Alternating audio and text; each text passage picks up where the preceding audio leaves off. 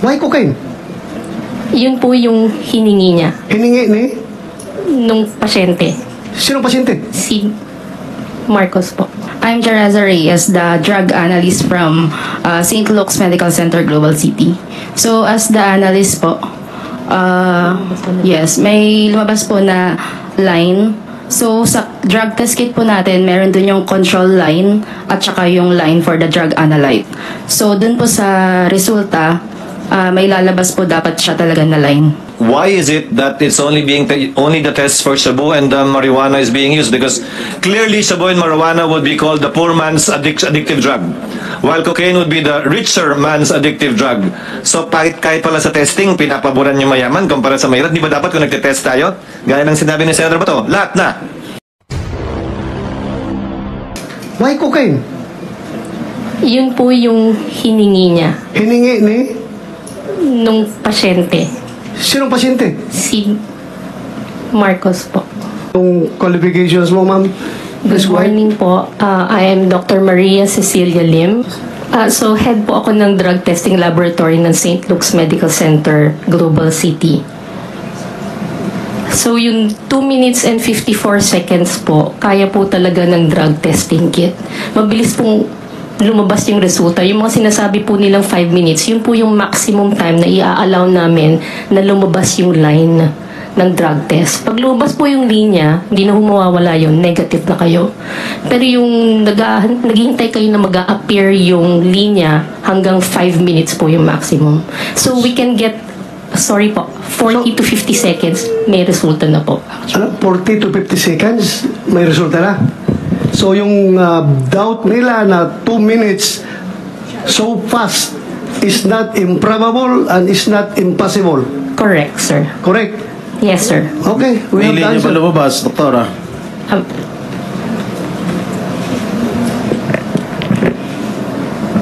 Good morning po. Please identify yourself. I'm Jeraza Reyes, the drug analyst from St. Luke's Medical Center, Global City. So, as the analyst po, yes, may lumabas po na line. So, sa drug test kit po natin, meron dun yung control line at saka yung line for the drug analyte. So, dun po sa resulta, may lalabas po dapat siya talaga na line as negative. Negative. Yes. Negative. Yes po. Alright. Will that satisfy everything? Mr. Chairman. Yes, Mr. Chairman.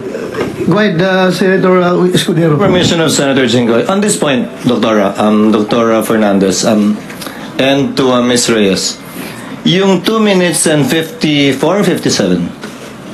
54. Ito yung oras na lumipas mula nung inilagay yung sample dun sa makina hanggang lumabas yung resulta. Tama po ba?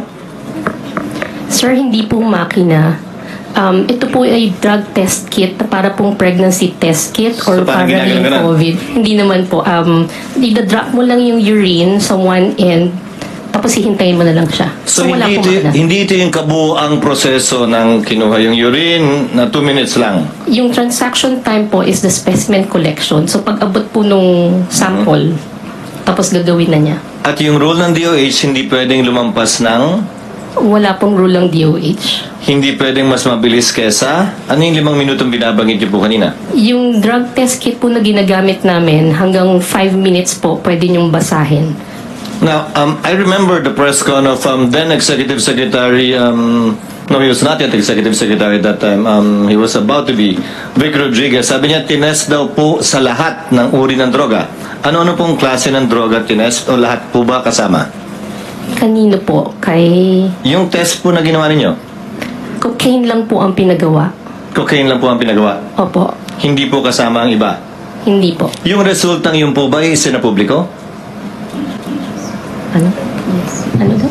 I saw it on GMA, read it in the papers. The results of the drug test. Is what? If I may Anong galing answer, po sa amin? if I may answer, Senator Cheese, this was widely publicized in 2021, if I may recall, if my memory serves me right. So it was publicized, ma'am. Yes. It didn't come from St. Luke's. It We do came not from know. the person tested. So, personally. Mr. Senator Chis, yung drug test na ito na pinag-usapan na ito, yung sinabi ni Executive Secretary Rodriguez, this pertains to the drug test that you made on the former Senator Bongbong Marcos? Yes. Yung ba ibig mong sabihin? Yes. Opo. Yan yun? Opo. So, you said that particularly cocaine ang tinitest ninyo. Why cocaine? Yun po yung hiningi niya Hiningi ni nung pasyente. sinong pasyente? Si Marcos po. President Marcos. Then Senator Marcos. Yun ang gusto niyang hingin about cocaine. yun po lang ang So, hiningi niya. your laboratory is capable of tracing cocaine residues dun sa ihi ng pasyente. Yes po. So, iba yung ginagamit nyo sa cocaine, iba yung ginagamit nyo sa shabu. Iba rin Opo. gagamitin ninyo sa marijuana. Am I correct? Opo. Pero kung ako, walk-in lang ako, pupunta ako doon sa iyo, I want a drug test. Anong gagamitin ninyo? Kung ano pong hihingin nyo. Oh, may ganun ba na hingin? Ano? Kasi lahat ng tao dito sa Pilipinas magpa-drug test. Huwag niya ba nagtatanong na i-test niyo ako sa cocaine? I-test niyo ako sa Cebu? I-test niyo ako sa marijuana? Wala. Pupunta ako sa inyo magpa-drug test para pag mag-negative, dalhin ko yung dokumento, nag-apply ako ng trabaho. Yun lang naman ang ginagawa natin. Hindi naman kami nagre-request sa inyo ng i-test niyo ako sa cocaine. I-test niyo ako sa Cebu. I-test niyo ako sa marijuana. Hindi pupunta ko sa inyo. Please, conduct drug test. Oh, negative. Salamat. Dahil ko ito sa in-applyan ko ng trabaho. Oh, wala ako negative ako. Bakit in-specify na cocaine? Hindi. Sure ka? Usually po Cocaine kasi, ang hiningi ng pasyente ng panahon na yun? Opo. Mr. Chairman. Okay. Mr. Chairman. Thank you. Go ahead, Senator Chis. Since you're PNP chief and we have a lot of police officers here, pag nag-a-apply ako para sa LTAP o permit to carry, required po ako mag-drug test. Di po ba? Yung drug test po na nire-require ninyo, yung po ba'y para sa lahat din ng uri ng droga? O hindi po? Sino po pwedeng sumagat? Thank you, Your Honor, and good morning to our honorable senators.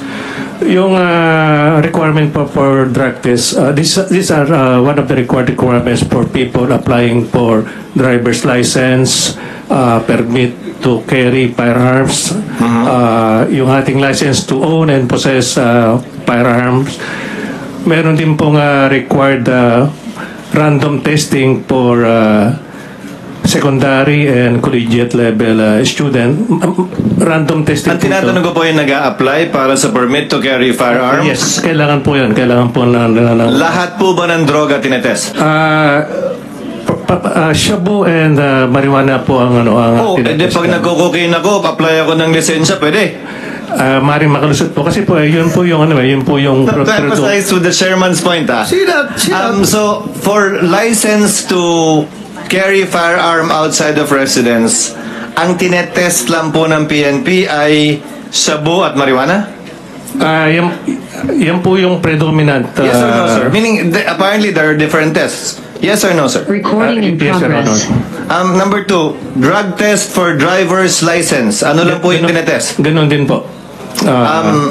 Your shabu Honor, lang. shabu and marijuana, for marijuana. And marijuana. So yan po yung nire-require ng gobyerno? Sa mga pagkakataong nire-require ng drug test? Yan, kasi po yan, iba-iba pong reagent na ginagamit dyan eh. At itong shabu and marijuana being the predominant drugs na ginagamit natin, yan po yung marami na tayong reagents. Sir, saan po nakasulat yan? Na shabu and marijuana lang ang test natin? Wala naman po, pero yan po yung practice na ginagamit natin. No, on the part of PIDEA and especially on the part of the Dangerous Drugs Board, you are the part, especially the DDB, which is policy making. I think this fell into the cracks. Sino nagde-determine yung bumibili ng testing kits?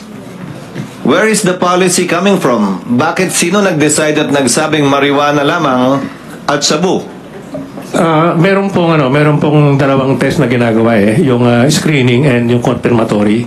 Pag nag-positive po yung sa first screening, ito po yung isa subject for confirmatory at Sir, dito po malalaman. Sir, I agree, sir, but my question is, where is it written na pag drug test required by government, whether for driver's license or for permit to carry firearm outside of residence, you only test for these two prohibited drugs? San po nakasulat yon? Sino nagbaba ng polisiyang yon?